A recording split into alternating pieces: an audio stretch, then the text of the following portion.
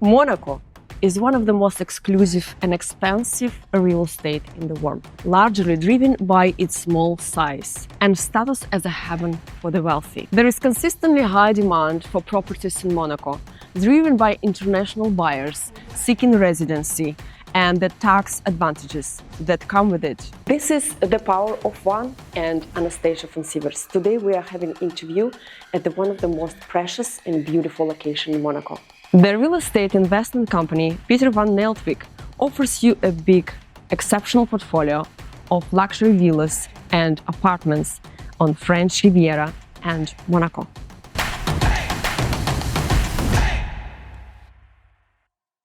And let me introduce part of the team, the owner of the company, Paul van Naeltwijck. Hi, Paul. Hi, Anastasia. Nice to see you. Nice to see you. Thanks for having us at this beautiful apartment. Welcome to the St. James, our latest listing. I'm happy we could do the interview here today, so I'll give you a little tour. So, as you come into the apartment, you enter in the living and dining area. And one very different part of this apartment also is having the open kitchen, which is kind of rare in Monaco because usually the kitchen is always separate. Some clients prefer to have a closed kitchen, but I think it's much more convivial, like cozy, to have it open with the rest of the apartment. My sister was actually the designer, the interior designer for this apartment, so it's good to work with family. She's also part of the team. We tried to put her on many projects as possible because you know, we want to have as many family members part of the project as possible, that's for sure. And also, this is my uncle's artwork, so we also try to include that as much as we can. Mm-hmm. So let's move on to the kitchen. So as I mentioned earlier, do you cook, Paul? Unfortunately, I don't. But it's always nice to have a nice kitchen in your apartment. But like I told you, this apartment was actually redone in 15 years ago by very renowned architects, Émile Imbert and Christophe Poirier. They're from Monaco, and they did all the hardware renovation. So all the marble that you see on the floor and the kitchen, this is pure marble. You can see the size. And the floors is the marble floors too. Marble floor. Even in on the sink, it's like one piece of marble that was carved, so it's very good quality stuff. How many beds this apartment has? This is a 2-bedroom apartment. There was a plan to do a 3rd bedroom upstairs on the terrace that unfortunately we cannot visit today because there's a bit of mess from the construction. We're still going on with that. But we were supposed to do a 3rd bedroom, but it wasn't permitted by the government. So we just kept the 2 ones here, which is fine because they're very spacious. I'll show you. Yeah, let's have a look at the masters. So we have a guest bathroom here with the same marble in the sink and also beautiful green marble on the walls. You have your 1st bedroom here on the side, fully designed by my sister also. So very cozy colors, very natural, just feel at home. Apartment comes with the furniture? Yes. Oh. Yes. But just in case for the buyers, they could change. Definitely, yeah. If you come in and you don't like a detail, they can be changed for sure. So this is the bathroom of the first room. The backdrop of the bathroom was actually this marble, but they decided to keep the same marble as this. So we found the exact same marble to put on the walls here, so it looks a bit more uniform. Actually, very proud of this addition. Behind this door? This is not very sexy, but it's the buanderie. Ah, this is laundry. Yeah, laundry, which is very important also. But it's spacious. It's very spacious, yeah. For storage and for stuff like this, it's amazing. And this is the master. Master, much bigger. You have a walk-in closet here. I'm sure you love this. Yes. Which is very, very practical. Heaven for girls. Yeah.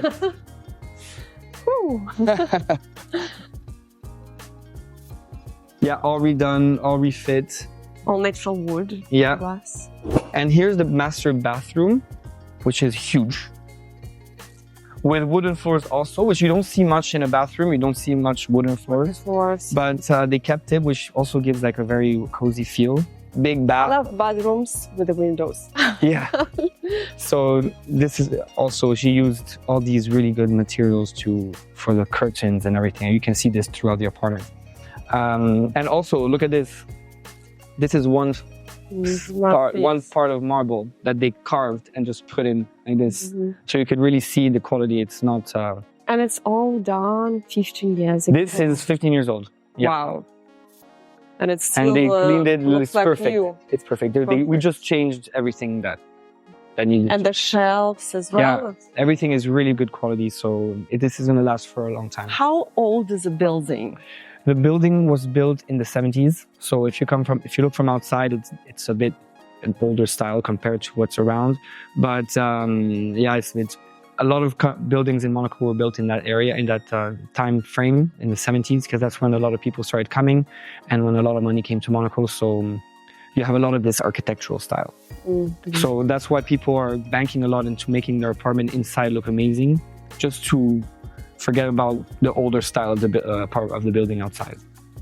And the main question, what is the price tag and difference price during these 15 years? So what is the history? So a little anecdote is we've sold this apartment 3 times to 3 different owners. And our first sale, this apartment was sold for 6 million euros. Six million euros. First time was 6 million euros, 15 before the renovation. And now we are listed at 24 million euros in 2024. So if you're asking what is an investment issue in Monaco, so now you clearly see we've gone up 4 times in 15 months. Yeah. 15 years now. Yeah. 15 years. Yeah. So that's why coming back to explain the investment part of our name is because you're not just buying a property, you're buying an investment. But let's have a look at the view. Let's do it. So let's go. Let's go to the top floor. Yeah. So welcome to the 2nd floor, to the landing, which is going to be a living and maybe a 3rd bedroom with a bed, couch, bed, TV. But it's a bit of a mess because we're still doing constructions. But let's go see the view. So yeah, welcome to the center of Monaco. Literally, this is the Carré d'Or. We're sitting a 2-minute walk away from the casino parks. So one of the beauties of this apartment is that we're never going to lose the view. Because one thing in Monaco is you can buy any apartment anywhere, but the only thing is that you're never sure if someone is going to build in front of you. And this is what's going to be amazing when I'm here, is that no one is ever going to build a building here. So this is going to be your view forever. The sea, the gardens, greenery, and the casino a little buildings. Bit. Yeah, one Monte Carlo. Yeah, it's great. Walking distance to anywhere. And you have the action of being in the center. Okay, Paul, why does your company call investment company? Because we used to call it like real estate agencies, like why? So my father opened this company about 30 years ago, and he was one of the first ones who opened up the agency in Monaco. There was not a lot of people who did that business at the time.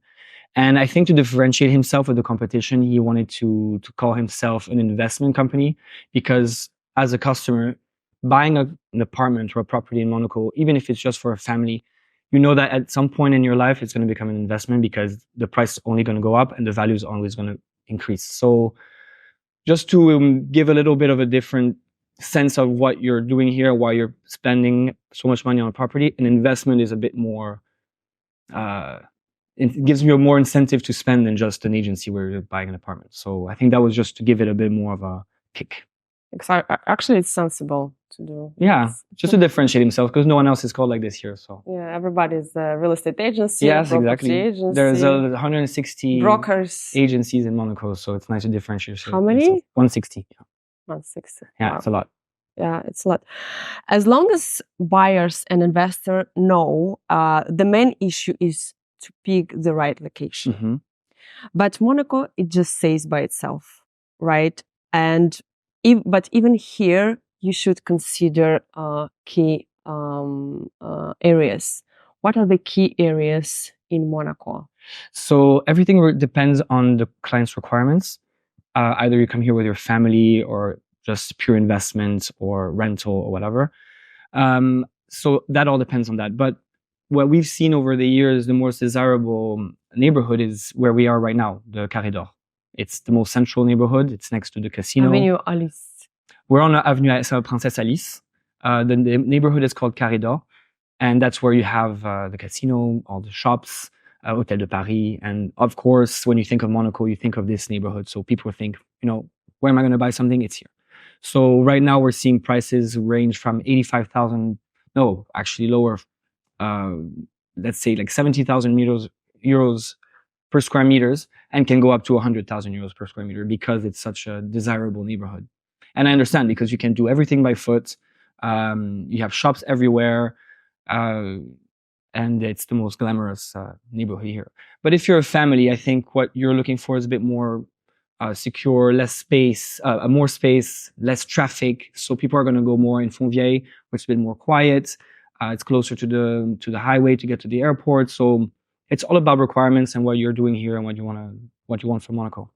Yeah, and supply, but supply is very limited in Monaco. It's very limited, more and more because of the size. Yeah, we see a change every year. Some things come more on the market than others. Rentals are very difficult to come by right now, so we have come an issue with this. But that's why the prices are so high, because of the limited space. But there's always something to find. The quality of apartments and properties always go up from when we started. So we're happy and we're excited to see products like this on the market and can sell to good clients who are looking for that. And there is also a new island. Yeah, kind of Maritera. Yeah, Maritera. Yeah. That's also. Is it the prime location for now? Oh, now that's going to be.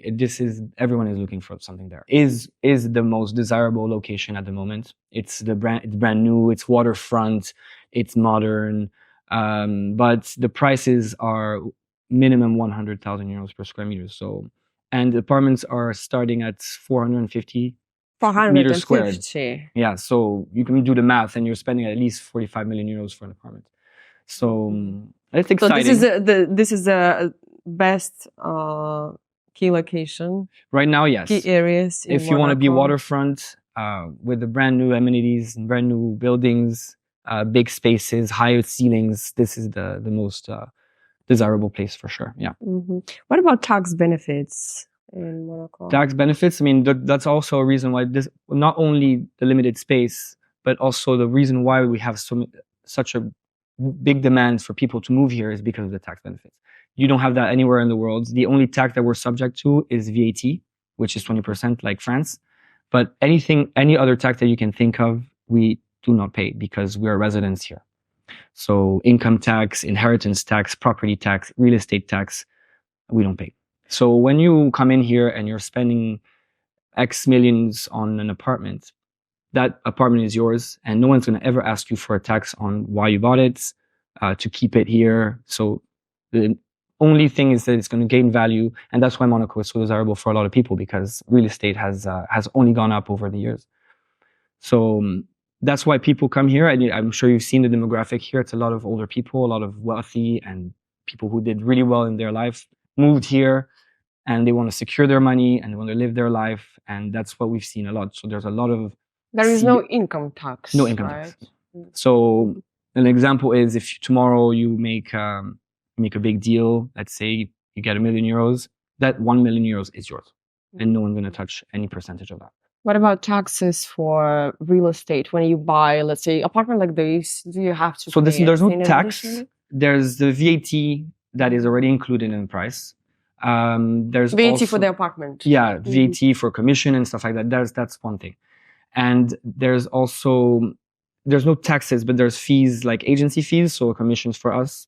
And there's also the notary fees. That's 6%, 6.25%, and it can go up to 11.5% if you're buying with a company. So that's the only fees that you're gonna pay. Once those fees are paid, the apartment is yours, and no one's ever going to ask you for any taxes to every year. Where did you get your money from? No. I mean, there's a lot of KYC that needs to be done beforehand. But once you have your apartment here, it's yours, and you're never going to have to pay any tax on that. Yeah, and it's only going to get more valuable with time. This like heaven for the wealth. Yeah, exactly. That's what it's known for. Yes. What are the biggest challenges buyers are facing? Is it only limited supply, maybe sustainability, or something else? So what we've seen is, yes, supply, especially with rentals. Right now, we're going through a big shortage of rentals and high quality rentals. A lot of people from the UK are moving here because of the non-dom situation. So they're looking to buy at first. And coming into Monaco, if you don't know the market, can seem very expensive for too little for what you can get for your money. So people are starting to think, okay, I might start renting first and then I will buy with time. But what we're seeing right now, a problem that we're seeing right now is that there's not enough rentals options for people, and especially good quality. So this is what people are, especially us and our clients are seeing, is that there's a shortage of quality properties on the market. And if you do find something that's good for you, you will have to do a compromise just to be able to purchase that place. So let's say a compromise could be you want a view, but that building doesn't have it, but everything else goes. So you like the interior, you like the space, but the view's not great.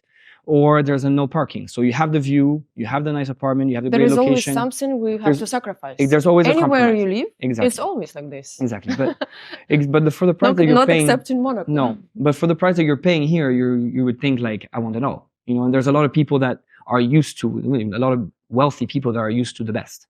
They live in London, they live in Dubai, they live in Miami, they live in New York. They have the best apartment, they have the best everything. And they come here and that might not translate to what they were looking for. So it's our job to make them understand what else Monaco has to give and to make them, give them a bit more knowledge about the real estate market. And I mean, it's tough, but at the end of the day, they live in a beautiful place and a little compromise doesn't hurt. Have you been working on some new project, big project lately? Can you tell us a little bit more about this? So after COVID, I really took some time to focus on the business because, as you know, it was tough for everyone. A lot of things stopped. So after 4 years, I've really been trying to focus on making the agency good and doing as much business as possible, because it's like we haven't seen this. The business has been hurt, and we've never seen it this low in many years. So I've been speaking to my father, who's been in the business for 40 years, and he just doesn't even know how to react anymore. And it's kind of frustrating for people like that knows so how the Monaco sales slow down 100%. Last 3 years. So yeah, the COVID really hit. Then after it came back, it was okay. And then there's a Russia-Ukraine war. The Russians got sanctioned. A lot of Russians left. People are scared to invest. And there's Israel. And, like every geopolitical issue that happens in the world kind of affects us in the long term. So we need to deal with these things. So right now, I was really focusing on my business, being in Monaco. There's always times where I want to branch out, maybe like go to Dubai, like go see, maybe do some things in London. But at this point, I'm happy to focus here. There's so much to be done. Not just Monaco, but we also do the south of France from Cap Martin to Saint-Tropez. So we also have this market to keep in mind. So I'm very happy to be here. And I hope with time we can also grow our agency, because we are 5 people right now. So the project is to just keep growing here and keep our name and hopefully be successful in the future. Yeah. You just actually responded to my next question. Okay. About major challenges in your business you're facing now. It's geopolitical at this point. Yeah. So when in 2008, a lot of Russians came here, and it was like the golden age for real estate. People would come in with a bunch of money and said, like, I want the best of the best. And there was demand, there was supply, and it was great. When the Russian-Ukraine war happened and the Russians got sanctioned, it was a big hit for us too, because we were banking all our money, all our efforts on Russian buyers, that when they disappeared, we were like, we had no one left, because the only people that could spend that much money were the Russians at the time. So now our biggest effort is to go find different nationalities of buyers who want to come here and might have different requirements, different points of views, and which is hard because we were thinking that it was so normal that the Russians were here for us and they were giving us so much business that we lost track of everything else. And now we're trying to build back our relationships with other people, and nationalities are coming here too. So it's anything geopolitical can affect what we're doing, and it's been had like that forever.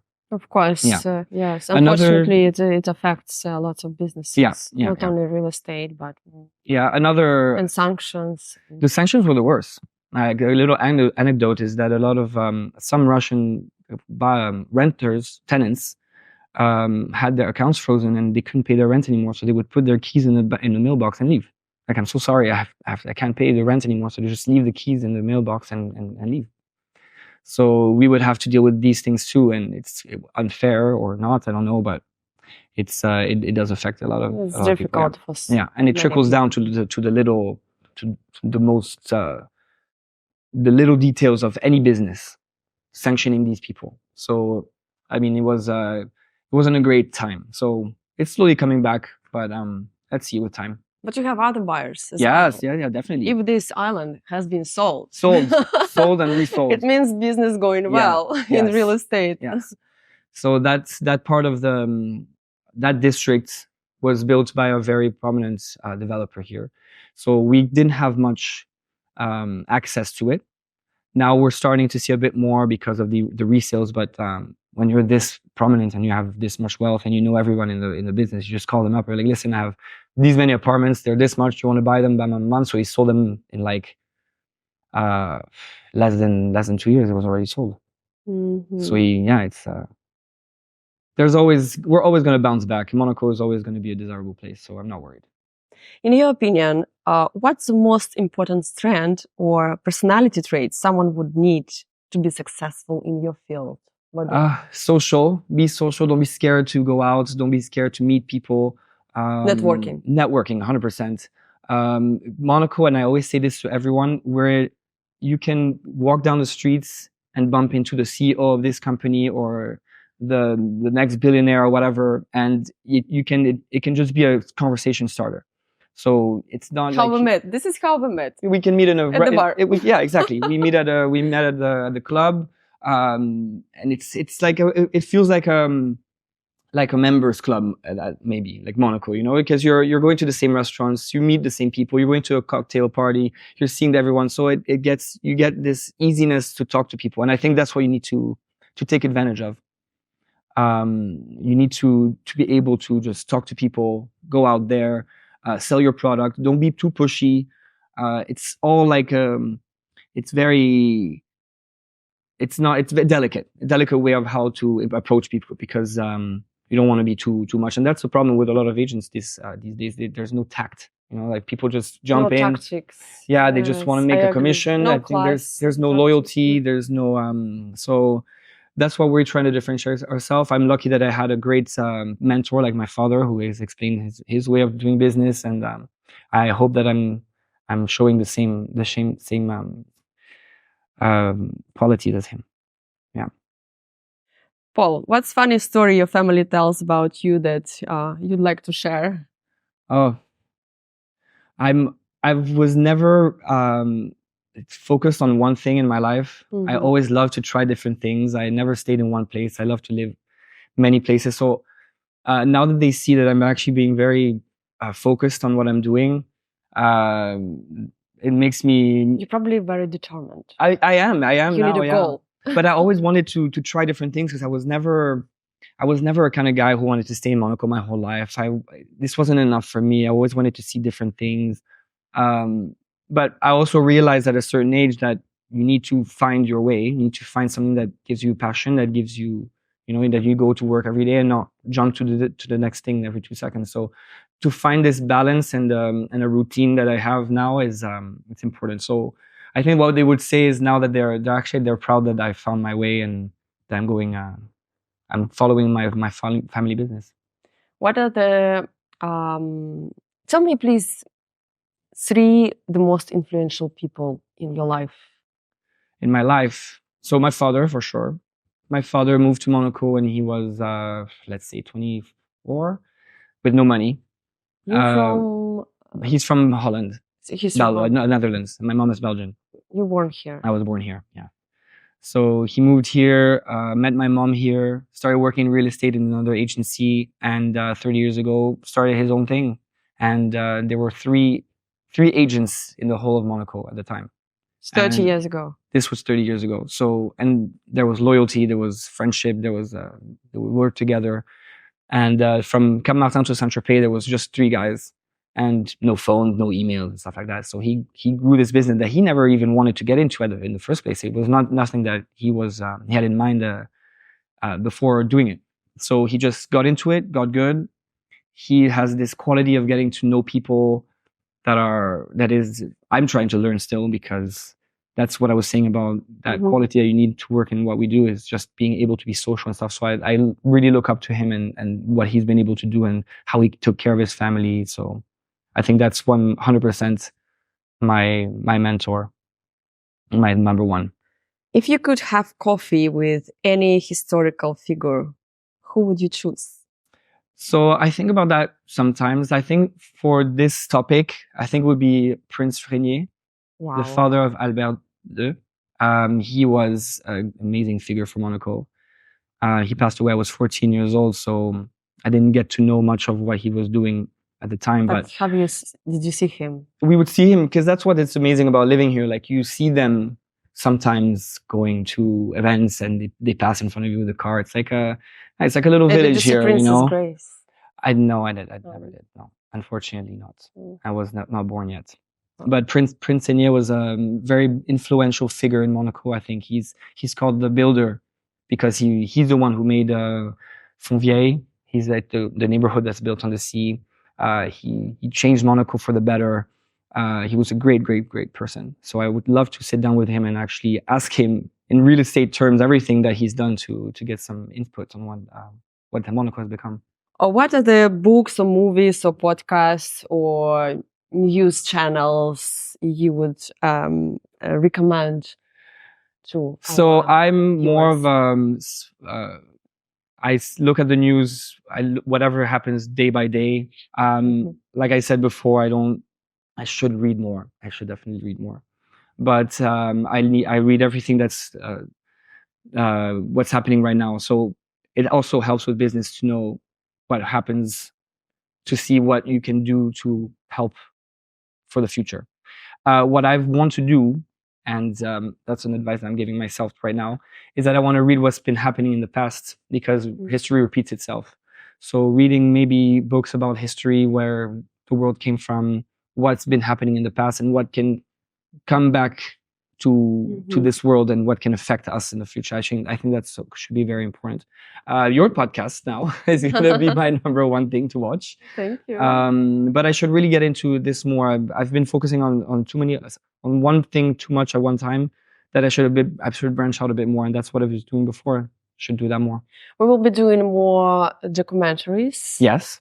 We'll be basically switching to documentaries part. Okay. This is what we're doing now with the interviews. I think it's more. So it would be like a dynamic, more than one interview, like a whole. Yeah, one interview with one person, and some slides included. And let's say, for example, we had a view in the apartment. We know about your history, about history of your company. So it's going to be something like this, because I like to do things, dynamic things. Okay. Just doing only podcasts is a little bit. I mean, it's a new big thing I've seen online.